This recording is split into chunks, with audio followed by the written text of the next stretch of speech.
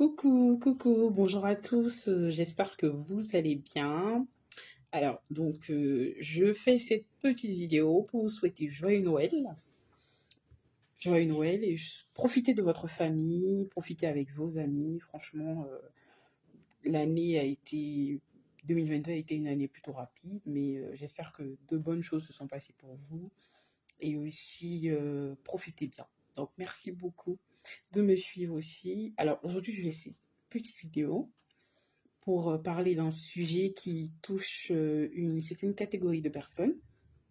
Tout le monde ne va pas forcément se retrouver dans ce sujet-là parce que je vais parler des personnes qui ont envie de changer d'emploi ou changer d'entreprise. Alors, je sais que c'est la fin de l'année, beaucoup de personnes se posent des questions. Qu'est-ce que je vais faire en 2023? C'est le moment de faire le bilan. Est-ce que l'année a été productive ou pas?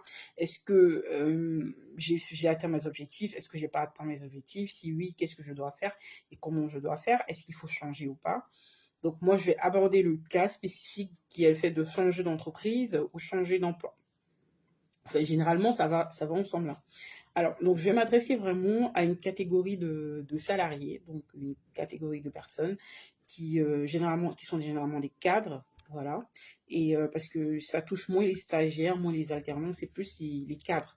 Alors, je ne vais pas m'adresser à des personnes qui subissent un changement, c'est-à-dire des personnes qui ont été licenciées, par exemple, peu importe les motifs, que ce soit pour un motif économique ou pour un motif, je sais pas, ou un motif, peu importe, ou je sais pas, pour fraude, ou peu importe le motif pour lequel la personne a été licenciée, mais je ne m'adresse pas à des personnes qui ont subi un changement dans le cadre de leur emploi. Donc, je ne m'adresse pas à ce type de personnes.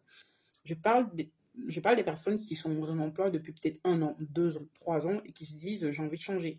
J'ai envie de changer d'entreprise, j'ai envie de changer d'emploi. Mais comment faire? Ou pas forcément comment faire, mais quelles sont les bonnes questions que je dois me poser? Est-ce que c'est nécessaire ou pas? Et comment j'aborde 2023?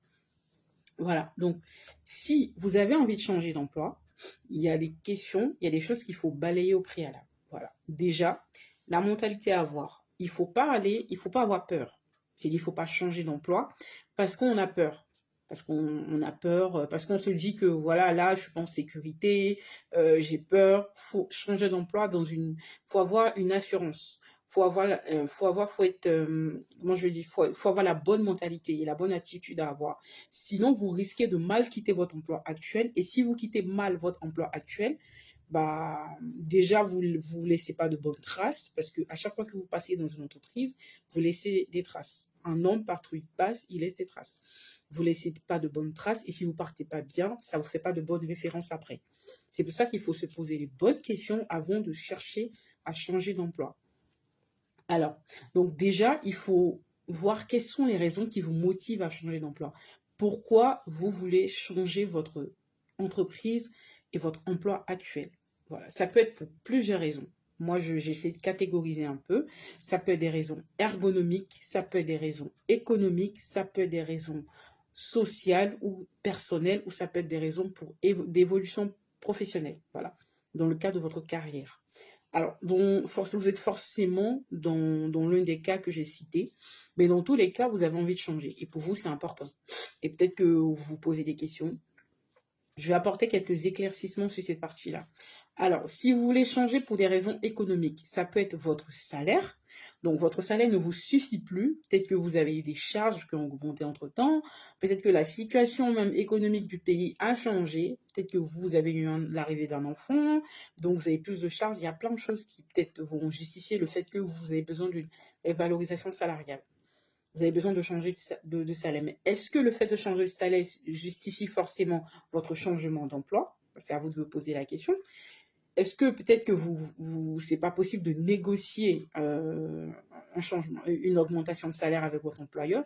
Si vous avez peut-être un délégué du personnel ou un CSE, n'hésitez pas peut-être à vous rapprocher du délégué ou des personnes qui vont vous accompagner dans votre démarche. Ou même, vous pouvez aussi en parler à votre N+1, votre manager, pour si vous vous sentez pas à l'aise, bah il y a plein vous pouvez en parler à votre manager. Si vous avez un entretien de suivi, n'hésitez pas aussi à en parler parce que c'est votre droit, hein.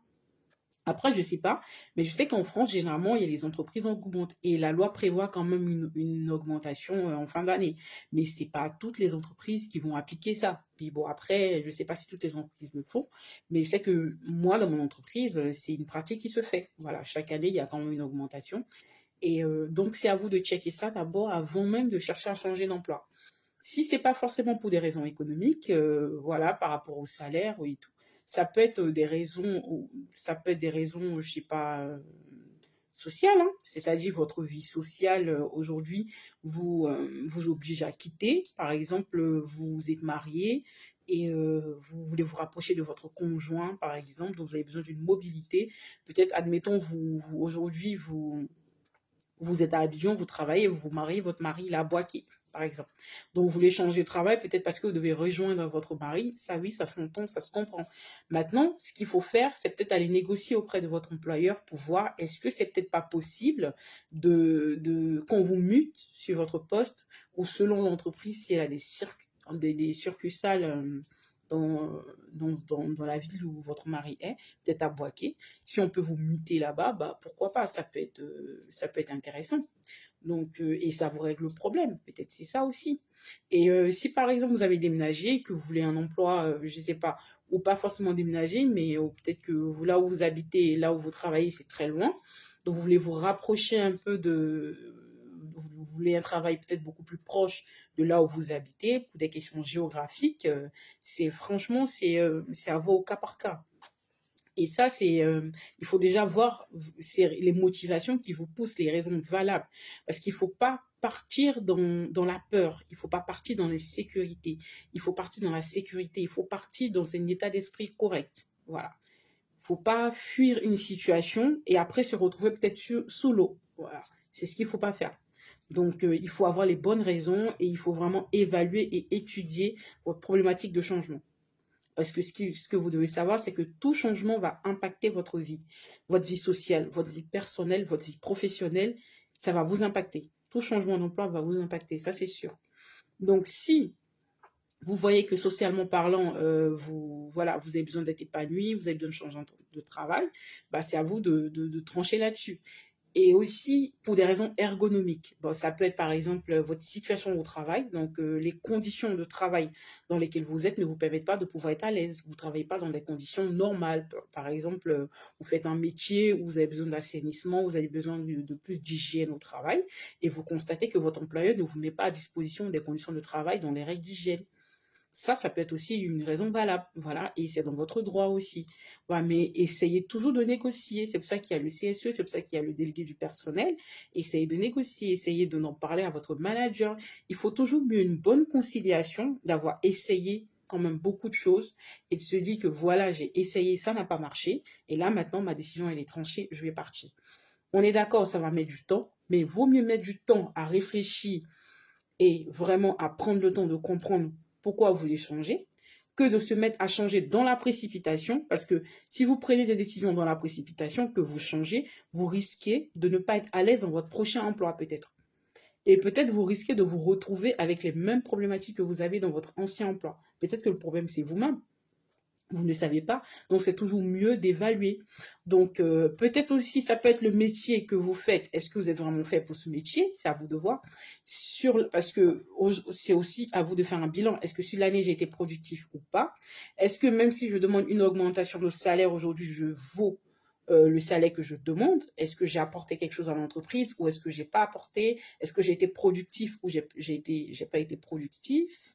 Et est-ce que voilà, je mérite aujourd'hui peut-être l'augmentation de salaire que je demande et tout? Tout ça, ça s'évalue. Si tout ça, vous voyez que vraiment vous avez fait le bilan et que voilà, ça va pas du tout, ok, vous pouvez changer. Par rapport aux conditions de travail, c'est vraiment parler avec votre manager et expliquer que vraiment, par exemple, vous êtes un développeur, vous avez besoin d'un Mac, d'un MacBook, je ne sais pas, un Mac pour travailler, et on vous sert un PC des années 1970. Ça ne vous permet pas de pouvoir évoluer parce que les méthodes de travail ont changé. Et dans ce cas, c'est à vous de le signaler à votre employeur, c'est dans votre droit. Autant vous avez des devoirs, mais autant aussi vous avez des droits de signaler que vos conditions de travail ne vous permettent pas de pouvoir travailler. Et dans ce cas, l'employeur n'est pas en mesure d'exiger de vous des résultats extraordinaires ou à la hauteur de ce qu'il demande s'il ne met pas les moyens à votre disposition pour travailler. Et ça, faut être clair là-dessus. Si aujourd'hui vous n'avez pas le PC qu'il faut, vous n'avez peut-être pas votre chaise, admettons le siège sur lequel vous travaillez ne vous permet pas d'être confortable, d'être à l'aise. Tout ça, c'est des conditions ergonomiques. Ça prend en compte la bureautique, mais aussi l'hygiène, la santé, la qualité de vie au travail. Si votre qualité de vie au travail n'est pas correcte, peut-être que ça peut être le fait aussi que vous êtes harcelé au travail, vous êtes dans un stress permanent.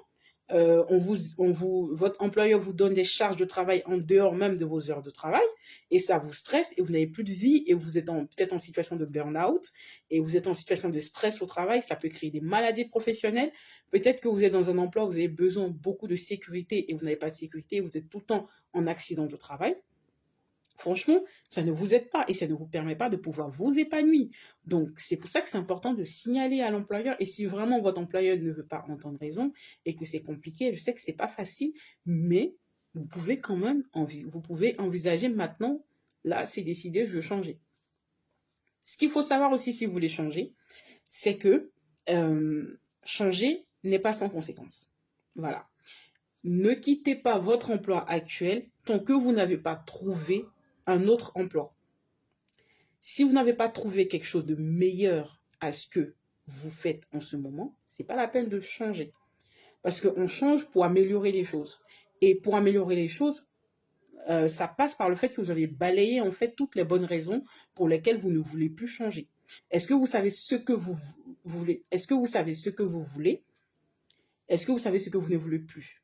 Parce que voilà, il faut savoir ce qu'on veut et ce qu'on ne veut pas. C'est important. Donc, si vous n'avez pas trouvé quelque chose de meilleur ou de mieux, c'est pas la peine d'envisager forcément de changer. Parce que si vous quittez votre emploi actuel, je vous le dis, hein, dans le marché de l'emploi, c'est toujours plus facile de trouver un travail quand on est en poste que de trouver un travail quand on est au chômage. C'est clair. Parce que quand on est au chômage, il y a une pression psychologique, il y a une pression financière, il y a toute une pression morale plutôt. Il y a une pression de la famille qui fait que on n'est même pas forcément en mesure, en fait, de choisir la bonne opportunité pour nous. Donc, on a cette pression-là sur nous, on est pressé de vite choisir. Alors que quand on a déjà un emploi, on peut quand même prendre la peine d'évaluer et d'étudier, en fait. On n'est pas forcément en recherche active, donc on peut évaluer et étudier la possibilité d'accepter l'autre ou pas. Et c'est quand vous avez trouvé ce qui vous convient que maintenant, vous envisagez de changer. Voilà. C'est toujours mieux de procéder ainsi que de l'autre parce qu'après, c'est compliqué. Alors, dernière chose avant de terminer, c'est vraiment m'adresser aux entrepreneurs. Voilà. Pourquoi aux entrepreneurs? Parce que j'entends beaucoup les entrepreneurs dire j'ai quitté mon emploi parce que j'ai quitté mon emploi actuel pour me lancer à mon propre compte. Je vais me lancer à mon propre compte, je vais travailler à mon propre compte, je quitte mon emploi actuel. C'est bien beau, c'est intéressant, c'est joli, ça fait aussi peut-être vendeur, c'est bien, mais il y a une réalité derrière. Et beaucoup de personnes qui ont eu à quitter leur emploi pour travailler, peut-être d'autres en parlent, d'autres non, mais il y a une pression financière derrière qui est énorme, voilà, qui est vraiment énorme. Et moi, j'encourage bien l'entrepreneuriat, c'est intéressant, mais il faut vraiment se poser les bonnes questions. Et il faut être sûr aussi, si vous avez une vie de famille, si vous êtes célibataire, bon, ça va. Mais si vous avez une vie de famille, si vous avez des enfants, si vous avez peut-être un parent malade, si vous avez par exemple des frères et sœurs à charge, c'est compliqué. Donc réfléchissez bien avant de prendre la décision de tout lâcher pour vous mettre à votre propre compte. Réfléchissez bien aux pressions économiques et tout. Et sachez que pendant un temps, vous allez avoir des clients, vous avez des charges de structure, ainsi de suite. Vous avez des charges. Et les charges de structure, si vous n'avez pas un salaire derrière aussi qui peut vous permettre de pouvoir éponger, en fait, de pouvoir, en fait, amortir cela derrière, ça peut être compliqué. Mais après, c'est au cas par cas, c'est chacun qui choisit. Mais soyez conscient de la pression économique derrière. Et aussi, faites les bons choix. Sachez que c'est pas sans rien. Si vous changez, c'est forcément pour avoir quelque chose de meilleur, mais aussi il y a un prix à payer, quoi. Donc voilà. Merci beaucoup de m'avoir suivi et puis je vous souhaite un très bon Noël et de très belles fêtes. C'est probablement ma dernière vidéo de l'année 2022, hein, et puis bon voilà, cap sur 2023. Si vous avez des avis, des choses à partager, n'hésitez pas surtout je sais pas, à me poser des questions et à revenir dessus, voilà. Et voilà, Et sachez que changer un emploi, ça garantit pas forcément, changer un emploi, changer une entreprise, ça garantit pas forcément que vous allez avoir un mieux-être devant. Hein. Il y a toujours un prix à payer. Et c'est aussi peut-être parce que vous avez besoin de formation aussi. Si c'est vraiment vous ennuyez sur votre poste, vous avez envie de voir quelque chose de mieux devant et tout, bah, peut-être que vous avez besoin de formation pour monter en compétence sur certaines choses avant. Si vous êtes par exemple sur un poste de manager, enfin d'exécutant que vous voulez passer sur un poste de manager, bah, essayez de discuter. Si c'est pas possible, vous pouvez changer. Mais sinon, voilà, essayez toujours de voir s'il y a pas peut-être de la formation aussi, de remise à niveau aussi à faire, parce que c'est important aussi de faire une remise à niveau. Voilà, donc évaluez tout ça. Je vais pas être trop longue dans la vidéo, mais essayez d'évaluer tout ça et puis prenez la bonne décision surtout. Allez, au revoir.